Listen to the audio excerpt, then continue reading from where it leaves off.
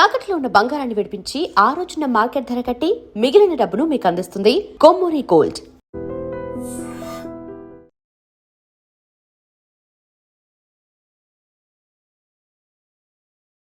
నమస్తే, welcome to I dream. నేను వలి. మంగ్లీ కేసుకు సంబంధించిన వివాదం రోజు రోజుకి ముదురుతోంది. మంగ్లీ బాధితులు వాళ్ళు కళ్ళనీళ్ళు పెట్టుకుంటూ ఉన్నారు. రోజుకి కొత్త బాధితులు తెర మీదకి వస్తూ ఉన్నారు. మంగ్లీ పేరు చెప్పి మా దగ్గర లక్షలు డబ్బులు తీసేసుకున్నారు, మొహం చాటేశారు, ఇప్పుడు ఎవరూ కూడా కనిపించట్లేదు, మా డబ్బులు మాకు ఇప్పించండి, మాకు వడ్డీలు అవసరం లేదు, మాకు కనీసం మేము ఇచ్చిన సొమ్మైనా మాకు ఇప్పించండి అంటూ చెప్పులు అరిగేలా తిరుగుతూ ఉన్నారు. మన ప్రెస్ క్లబ్ దగ్గరికి కూడా వెళితే చాలా బాధపడుతూ కనిపిస్తున్నారు. ఈరోజు వాళ్ళ తండాల్లో కూడా మీడియాని తీసుకెళ్ళి మాట్లాడుతూ ఉన్నారు. మనం వీడియోలు కూడా చూస్తున్నాం. ఒక్కొక్క బాధితుడు మాట్లాడుతున్నటువంటి మాటలు చూస్తే నిజంగా కళ్ళనీళ్ళు వస్తాయి. అంటే వాళ్ళ కూతురు పెళ్లి కోసం దాచుకున్న డబ్బులు, ఏదైనా ఆరోగ్యం బాగుపడుతుందన్న ఉద్దేశంతో ఏమైనా డబ్బులు వస్తే ఆసుపత్రికి వెళ్ళాలన్నా కానీ ₹1 లేదని చెప్పి వాళ్ళందరూ చెప్తా ఉన్నారు. కనీసం వాళ్ళ ఇల్లు గడవటానికి కూడా కష్టమైపోతుంది, ఉన్నదంతా ఊడ్చి అక్కడ పెట్టాము అని చెప్పి వాళ్ళు చాలా బాధతో చెప్తా ఉన్నారు. సో దీని గురించి మనం మాట్లాడదాం. మంగ్లీ కేసుకు సంబంధించి ఆ బాధితుల ఆర్తనాదం విని ఐ డ్రీమ్ స్టూడియోకి వచ్చారు ఇమ్మడి సతీష్ గారు. సోషల్ యాక్టివిస్ట్ ఆయన, తెలంగాణ యువత అధ్యక్షులు కూడా. అంటే రాష్ట్రంలో ఎక్కడ ఏ సమస్య ఉన్నా కానీ ముందు అక్కడికి వెళ్ళి ఆ బాధితుల గోడు కూడా వినే పరిస్థితి ఉంటుంది. సో ఇమ్మడి సతీష్ మంగ్లీ బాధితులను కూడా కలిశారు, మాట్లాడారు. మీరు స్క్రీన్ మీద ఆ విజువల్స్ కూడా చూడొచ్చు. ప్రతి ఒక్క బాధితుడిని కలిసి వాళ్ళ సమస్యలు తెలుసుకున్నారు, వాళ్ళు ఎంత పెట్టారో తెలిసారు, కనుక్కున్నారు. సో ఆ బాధితుల కన్నీళ్లను చాలా దగ్గరగా చూశారు ఇమ్మడి సతీష్ గారు. సో మాట్లాడదాం, మనతో ఉన్నారు. నమస్తే. సతీష్ గారు, బాధితులు ఏవైతే చాలా బాధతో చెప్తున్న మాటలు మీరు కూడా విన్నారు, మీకేమనిపించింది? ఆ బాధితుల మాటలు విన్న తర్వాత మీకేమనిపించింది? నాకు గత ఒక వారం రోజుల నుంచి కూడా ఆ బాధితులందరూ రావడం, నాకు ఫోన్ చేయడం, తర్వాత నాకున్న కొన్ని ఆర్గనైజేషన్స్ వాళ్ళు కూడా ఇలాంటి సమస్య మీరు ప్రతి సమస్య మీద మీరు మాట్లాడుతారు, ప్రతి సమస్య మీద ఫైట్ చేస్తూ ఉంటారు, వాళ్ళ బాధ కూడా మీరు చూడండి, వాళ్ళ బాధ విన్న తర్వాత మీరు మాట్లాడాలని చెప్పడం జరిగింది. నేను వాళ్ళ తండాలకు కూడా వెళ్ళాను, కొంతమంది కూడా కలిశాను. వాళ్ళు ఒక్కొక్కరు వాళ్ళు ఇచ్చిన అమౌంట్, ఆ చెక్కులు, స్పాన్సర్ నోట్లు, వాళ్ళ గోడు వింటా ఉంటే కడుపు తడుక్కపోయింది నాకైతే నిజంగా. ఇంత మంగ్లీ కేసు ఫస్ట్ విన్న తర్వాత మీకు ఏమనిపించింది? నిజంగా మంగ్లీ స్కామ్ చేసిందా అనిపించిందా? అంటే మంగ్లీ పేరు మొన్నటిదాకా, అంటే మంగ్లీ వాళ్ళకి సంబంధించిన శివ కానీ మధు కానీ వాళ్ళ పేరు చెప్తున్నారు కదా, తెర మీద డైరెక్ట్ మంగ్లీ లేదు కదా, అందుకే మనం ఇప్పటిదాకా మాట్లాడలేకపోయినాం.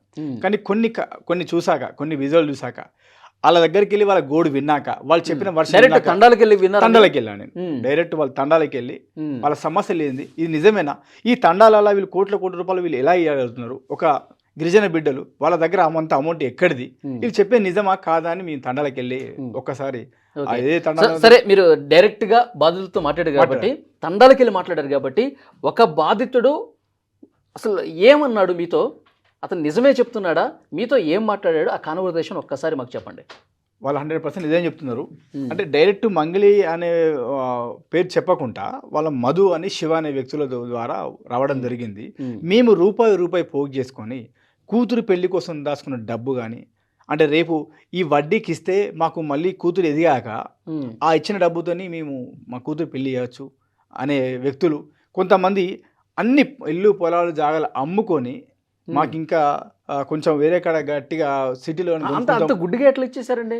గుడ్డిగా అంటే వీళ్ళు అంటే వాళ్ళకున్న పొలాలు కూడా స్థలాలు కూడా అమ్మేసి ఎట్లా? నేను అదే అడిగాను, ఎలా ఇచ్చారంటే, సరే వాళ్ళు తెలిసిన వ్యక్తులు, మా జాతికి సంబంధించిన వ్యక్తులే కదా, మమ్మల్ని మోసం చేస్తారా, మేము ఈ మాలాగానే మట్టిలో ఉండి ఆ వాతావరణం చూసి అంబలి దాగి గంజి దాగి పైకి వెళ్ళిన వాళ్ళు వాళ్ళంతా, వాళ్ళను చూసి వాళ్ళు ఈరోజు మంచిగా ఉన్నాము, ఈ స్థాయిలో ఉన్నాం, మీరు కూడా ఆ స్థాయికి రావాలంటే పలాని కంపెనీలో మేము ఇన్వెస్ట్మెంట్ చేశాము, పలాని కంపెనీ ఒకటి ఫైనాన్స్ కంపెనీ పెట్టాము, ఇందులో మీరు కూడా ఇస్తే మీకు లాభాలు జరుగుతాయని ఆశ చూపించి, ఇప్పుడు ఏమంటారు సార్, గొర్రె కషాయం నమ్మినట్టు వాళ్ళు నమ్మించారండి. వీళ్ళు అంత ఘోరంగా నమ్మి మోసపోయారు వాళ్ళు. అదే నేను కూడా అడిగాను, ఇన్ని కోట్ల రూపాయలు మీ దగ్గర ఎక్కడే అని. ఒక్కొక్క తాండాల 50 కోట్లు ఇచ్చారట, 50 తాండాకి 50 కోట్ల రూపాయలు. నీ షాక్ అయినా, మీకు ఇన్ని డబ్బులు ఇక్కడే మీ తండాలా, మరి నిజంగా వేరే వ్యాపారం చేసుకుంటారు, బిజినెస్ చేసుకుంటారు, పొలిటికల్ వాళ్ళకి ఇవ్వచ్చు కదా, వీళ్ళకి ఎట్టించినామంటే ఆశ చూపించాలండి. మా గిరిజన తండా వాళ్ళు మాకు ఆశ చూపించారు. అంటే నమ్మకంతో కొన్ని నెలల పాటు వాళ్ళకి వడ్డీలు ఇచ్చారంట. అంటే ఇంకా అడిగి చెప్తున్నాను, వాళ్ళు ఫస్ట్ ఒక 10 lakhs ఇచ్చారండి, 10 ఇచ్చారంట. 10 లక్షలు ఇస్తే 10 లక్షలు ఇచ్చారు వాళ్ళు అనుకున్న టైంలో. ఇది బాగానే ఉందనిపించింది. మళ్ళీ 20 lakhs ఇచ్చారు. ఈ 20 lakhs ఇస్తే వాళ్ళు అనుకున్న టైం 6 months 3 months మళ్ళీ 20 lakhs ఇచ్చారు. ఇప్పుడు నెక్స్ట్ టైం ఏం చేశారంటే ఇలా చిన్న కాదు, బిజినెస్ బాగా పెరిగింది, బిజినెస్ బాగా రన్ అవుతుంది, బాగుంది, మీరు ఇంకొంచెం పెద్దగా అంటే ఇంకొక మనం పెద్ద చేస్తున్నైతే పెద్ద ఇచ్చిన బడ్జెట్ వస్తుంది మనకు అనే విధంగా చెప్తే వాళ్ళ చుట్టాల దగ్గర, వాళ్ళ రిలేషన్ దగ్గర, అక్కడ ఇక్కడ వాళ్ళ ఊర్లో పటేలు రెడ్డిల దగ్గర, దొరల దగ్గరికి వెళ్ళి 10 రూపాయలు పావుల వడ్డీ తీసుకొచ్చి, అంటే వీళ్ళు తక్కువ తీసుకొచ్చి 10 రూపాయలు వడ్డీ చొప్పున వీళ్ళకి ఇవ్వడం జరిగింది. దాని మూల కారణం బ్యాక్గ్రౌండ్ ఉన్నది మొత్తం మంగ్లీ గారు ఉన్నారన్న ఉద్దేశంతోనే వాళ్ళు నమ్మి ఇచ్చారట. వాళ్ళు అదే చెప్తున్నారు. మంగ్లీ గారు వాళ్ళ తమ్ముడు, వాళ్ళ కాబోయే మరిది ఉన్నాడని మాకు చెప్పడం వల్ల 2-3 సార్లు వీడియోలు ఫోటోలు చూపించుళ్ళు. కొన్ని తండాలు కూడా మంగ్లీ రాత్రి 10 గంటలకు వెళ్ళడం, వాళ్ళతో మాట్లాడడం, చెప్పడం వల్ల మంగ్లీ గారు ఉన్నారు, మంగ్లీ గారు మెయిన్ గా మంగ్లీ ఉన్నారు. ఈ ప్రెస్ మీట్ లో మొదటి నుంచే చెప్తా ఉన్నారు. ఈ ప్రెస్ మీట్ లో కూడా ఆమె చెప్పారు, అసలు ఆ రమావత్ మధు ఎవరో నాకు తెలియదు, ఏదేదో కొత్త పేర్లు వినిపిస్తా ఉన్నాయి, అసలు వాళ్ళు ఎవరో కూడా నాకు తెలియదు, అసలు నాకేం సంబంధం, నాకు అసలు ఏం సంబంధం లేకపోతే మంగ్లీ గారు ఇప్పటికైనా కూడా ఇన్ని రోజులు అవుతుంది కదా, ఇప్పటికైనా కూడా వాళ్ళ తమ్ముని తీసుకొచ్చి లేకపోతే ఆ మధు అంటోని తీసుకొచ్చి ఇగో మాకు సంబంధం లేదు, వీడు ఎవడో నాకు తెలియదు అని చెప్పాలి. లేదంటే ఇదే మంగ్లీ బయటకు వచ్చి నాకు ఇప్పటి వరకు కూడా ఈ మధు అనే వ్యక్తితో నాకు సంబంధం లేదు, ఈ శివ అంటోడు నా తమ్ముడు పేరుకే వచ్చాడు కానీ సంబంధం లేదు, మీరు ఏం చేసినా మంచిదే, నేను ప్రజల వైపు ఉంటా, మా ప్రజల పక్షాన ఉంటా, ఇక్కడ మాట్లాడినప్పుడు బాధితుల వైపు ఉంటానని చెప్పింది మంగ్లీ. ఇప్పటికి కూడా బాధితుల వైపు ఉంటా అంటది. ఎక్కడ ఉన్నది ఇప్పుడు మంగ్లీ? ఉందా? వాళ్ళ దండలకు వెళ్తుందా? వాళ్ళ దండాలతో మాట్లాడుతుందా? సరే ఇవన్నీ ఎలాగుంది కదా, మొన్న ఒక వ్యక్తితో మాట్లాడింది, సంపత్ అనే వ్యక్తి ఫోన్ మాట్లాడగానే కట్ చేశారు. ప్రతూషణ అమ్మాయితో మాట్లాడేటప్పుడు ప్రెస్ మీట్లో ఫోన్ టక్కన కట్ చేసింది. ఆమె అప్పుడు ఏమంటుంది, ఇదంతా తీసుకొచ్చింది పలానాడు తిరుమలేష్ అంటూ తీసుకొచ్చిండు, ఆడు పెట్టిన పెంట ఇదంతా, ఆడేదో కాంగ్రెస్ లీడరు, ఆ కాంగ్రెస్ లీడర్ అంటే కాంగ్రెస్ లీడర్ కాదు అని మళ్ళీ చెప్పడం జరిగింది. అప్పుడు సంపత్ అనే వ్యక్తి ఫోన్ తీసుకొని మంగ్లీ గారు సంపత్ మాట్లాడుతున్నట్టు టక్కన కట్ చేసింది. ఒకవేళ తను తప్పి అయిపోయింది అనుకో, తనకు సంబంధం లేదనుకో, వాళ్ళంతా తండా సంబంధించిన వాళ్ళ గిరిజన బిడ్డలే కదా, వాళ్ళని అడగచ్చు కదా ఫోన్లో, అవును సంపత్ ఎందుకు నన్ను ఇలా బదనాం చేస్తున్నావు, ఏమైంది, నేను మీ ఆడబిడ్డనే కదా, అది సమస్య వచ్చిందట, అందరి సమస్య మనం సాల్వ్ చేద్దాం, నేను కూడా మీ వైపు ఉంటా, మన తండాలో సంబంధించిన వ్యక్తి మన ప్రజలకు న్యాయం చేస్తాం, నేను కూడా ఉంటాను చెప్పచ్చు కదా. టక్కన ఫోన్ కట్ చేయడం కారణం ఏంటి? అదే లాస్ట్ ఫోన్ అది. ప్రెస్ మీట్ పెట్టిన తర్వాత ఫోన్ కాల్ లాస్ట్ అదే కదా, ఇంతవరకు బయటికి రాలేదు. మంగ్లీ ఎక్కడుందో తెలియదు, మంగ్లీ తమ్ముడు ఎక్కడుందో తెలియదు, ఆ మధుంటాడు ఎక్కడో తెలియదు. రమావత్ మధు అరెస్ట్ అయ్యాడు. సో మొన్న అరెస్ట్ అయ్యాడు, అంతకుముందు తెలియదు అంటున్నాం. సో ఇప్పుడు ఈమె వల్ల అనేక రకం మంది, ఇప్పుడు నిన్న కూడా ఒకళ్ళు సూసైడ్ చేసుకున్నారండి. వీళ్ళకి డబ్బులు ఇచ్చి వాళ్ళు ప్రాణాలు తీసుకుంటున్నారు. నిన్న కూడా ఒక వ్యక్తి గుండెపోటుతో చనిపోయాడు, మనం చూసాం వార్త కూడా. అవునండి, గుండెపోటుతో చనిపోయాడు. అంటే వాళ్ళ ఇంటికి డబ్బులు ఇచ్చిన వాళ్ళ ఇంటికి వెళ్ళి ఇంటి ముంగట, అంటే వాళ్ళు కూడా అక్కడికి తీసుకొని వచ్చిన వ్యక్తులు కదా, ఇంటి ముంగట గోలేసి అల్లారి చేస్తే ఆ ఇజ్జత్కి ఆ అవమానం తట్టుకోలేక హాస్ట్రోక్ వచ్చి గుండెపోటు చనిపోయాడు. ఈమెకు డబ్బులు ఇచ్చిన పుణ్యానికి, అంటే వీళ్ళ మనుషులకు ఈమెకు డబ్బులు ఇచ్చే పుణ్యానికి ఒక మామూలు వ్యక్తి, ఒక ప్రజలు చేస్తున్నారండి అక్కడ, ఈ 4వ వ్యక్తి చనిపోవడం. డబ్బులు తీసుకున్న వాళ్ళు మాత్రం ఏసీ కార్లల్లా, ₹1 కోటి కారు అవసరం ఆమెకు, ఈమె చేసే లగ్జరు, వీళ్ళ తమ్ముడు, వీళ్ళ మరిది, అంటే వాళ్ళ చెల్లెని చేసుకుంటా అని చెప్పేసి అన్నారు కదా, వీళ్ళందరూ లగ్జరీగా కార్లల్లా కోట్లు తీసుకొని ఆ ప్రజల డబ్బును తీసుకొని వీళ్ళు ఎంజాయ్ చేస్తా అంటారు. ఆ డబ్బు ఇచ్చిన మాటకు చనిపోతున్నాడు. ఏం చేయాలి ఇలాంటి వ్యక్తులను? ఇలాంటి వ్యక్తులను ఖచ్చితంగా ఈ ప్రభుత్వం కఠిన చర్య తీసుకొని ఇలాంటి వ్యక్తులను ఉరి తీయాలి. ఇమడ సతీష్ గారు, సరే ఇన్వెస్టిగేషన్ జరుగుతుంది ఒక పక్క, ఆమె పూర్తిగా ఆమె ప్రమేయం ఉందా లేదా, ఆమె నిజంగా తప్పు చేసిందా లేదా, నిజంగా డబ్బులు ఆమె స్కామ్ చేసిందా లేదా అనేది పోలీసులు తెలుస్తారు. ఉరి తీయాలి అనేది కరెక్ట్ కాదేమో నా భావన. ఎందుకు కరెక్ట్ అండి? ఇలాంటి వ్యక్తులు ఉరిదీస్తేనే ఇంకెవరైనా మామూలు వ్యక్తులు కూడా చేయని భయపడతారు. ఒక సెలబ్రిటీకి అంత శిక్ష వేశారు, మనం ఎంతరా అన్న భయం కాదు కదా. నేను అనేది ఏంటంటే, ఇప్పుడు ఆమె తప్పు చేసిందా, నాకు ప్రమేయం లేదని చెప్తున్నారు. ఇప్పుడు సరే ఆమె ఎక్కడుందో తెలియదు, పోలీసులు ఇన్వెస్టిగేట్ చేస్తున్నారు కదా. ఓకే, హైదరాబాద్ పోలీసులు ఆల్రెడీ కేసు నమోదు చేశారు, రమావత్ మధు అరెస్ట్ అయ్యాడు. ఇంకా ఇందులో ఎవరెవరు ఇన్వాల్వ్మెంట్ ఉంది, వాళ్ళ తమ్ముడు ఉన్నాడా లేకపోతే ఇంకా ఎంతమంది ఉన్నారు, అవన్నీ ఇన్వెస్టిగేట్ చేస్తా ఉన్నారు. ఇన్వెస్టిగేషన్ చేసి ఆమె పాత్ర ఉందా లేదా తేలవాలి, అంతేగాని ఆవిడ కొన్నిటికి. ఇప్పుడు ఇదే కదా మన రాజ్యాంగ ప్రకారము, మన సమాజంలో ఎందుకు ఇలాంటి వాళ్ళు ఇంకా తను అంటే తను కాదు, ఇలాంటి వాళ్ళు ఇంకా ఇంతమంది ఎందుకు ఇంత దర్జాగా తిరుగుతున్నారంటే ఎవిడెన్స్ లేక. ప్రూఫ్ ఉంటే ఇప్పటిదాకా ఉంటుందండి? ఎవిడెన్స్ ప్రూఫ్ ఉంటే మంగ్లీ ఇప్పటిదాకా ఇంత దర్జాగా బయట ఉంటుందా?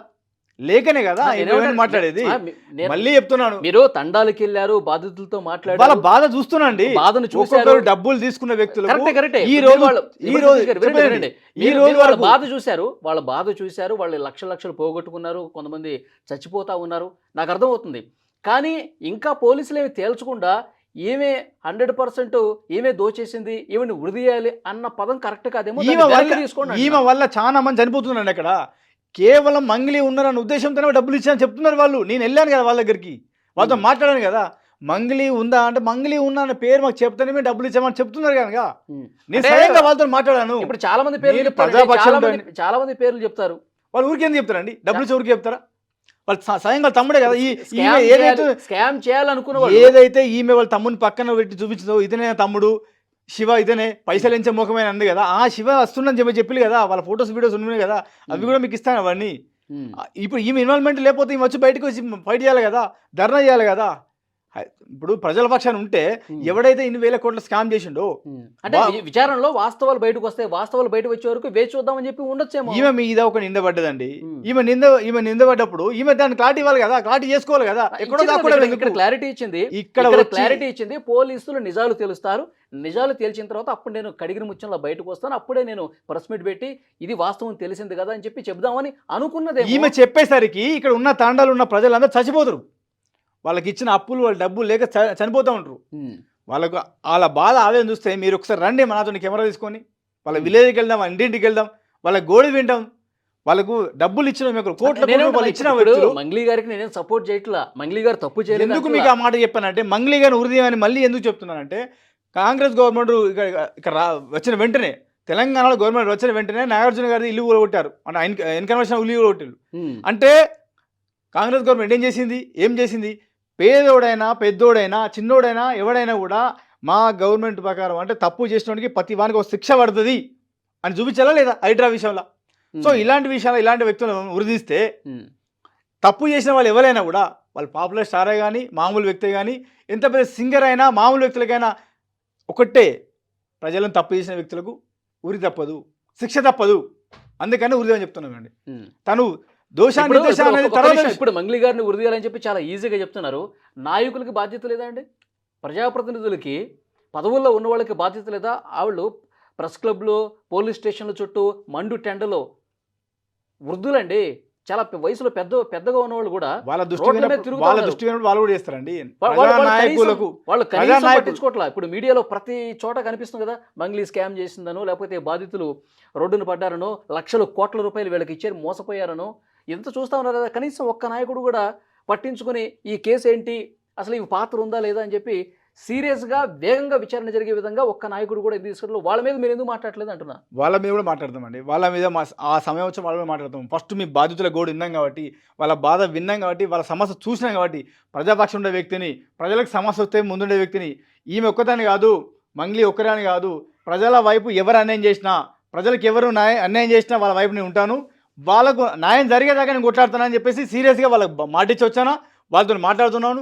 మంగ్లీ గారు వాళ్ళకి తీసుకున్న డబ్బులు, అది ఏదైతే వాళ్ళ రామబాబు మధు కానీ, వాళ్ళ తమ్ముడు శివ కానీ, తను కానీ ఉందో, ప్రతి రూపాయికి వడ్డీతో చెల్లించి వాళ్ళకు డబ్బులు ఇవ్వబోయినచో తప్పకుండా మేము ప్రజాపక్షాన్ని ఉంటాం, ప్రజల కోసం ఏ పనైనా చేస్తాం, వాళ్ళ కోసం ఎక్కడి దాకైనా వెళ్ళడానికి సిద్ధమవుతాం. మా తెలంగాణ యువత నుండి నేను ముందుకెళ్ళి వాళ్ళ కోసం అవసరం అయితే నిరాదీక్షణ చేయడానికి సిద్ధపడతామండి.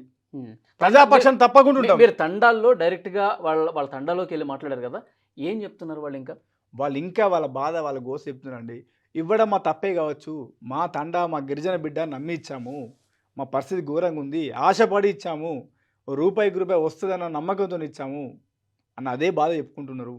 ఇన్ని కోట్ల రూపాయలండి, 1000 కోట్ల రూపాయలు స్కామ్ అవుట్. అది ఇంకా కొంతమంది బయటికి రానవాళ్ళు చాలా మంది ఉన్నారు, ఇంకా వస్తున్నారు, ఇంకా చాలా మంది బయటికి రానున్నారు. ఇంకా ఈమె గారు ఈమె గురించి మాట్లాడిన వ్యక్తుల గురించి, ఈమె గురించి ఎవరైతే మాట్లాడుతారో వాళ్ళ మీదకి ఫోన్లు చేసి వాళ్ళ మీద అనేక రకమైన ఇబ్బంది పెట్టించడం, వీళ్ళ మనుషులతోని వాళ్ళ బెదిరింపు కాల్ చేయడం, వాళ్ళ బెదిరించేయడం, ఇదా అండి ఈ సమాజంలో, ఈ రాష్ట్రంలో ఇంత అన్యాయం ఉంటుందా? అందుకే ప్రజలను అన్యాయం చేసిన ప్రతి వ్యక్తులకు శిక్ష తప్పదని చెప్తున్నాను.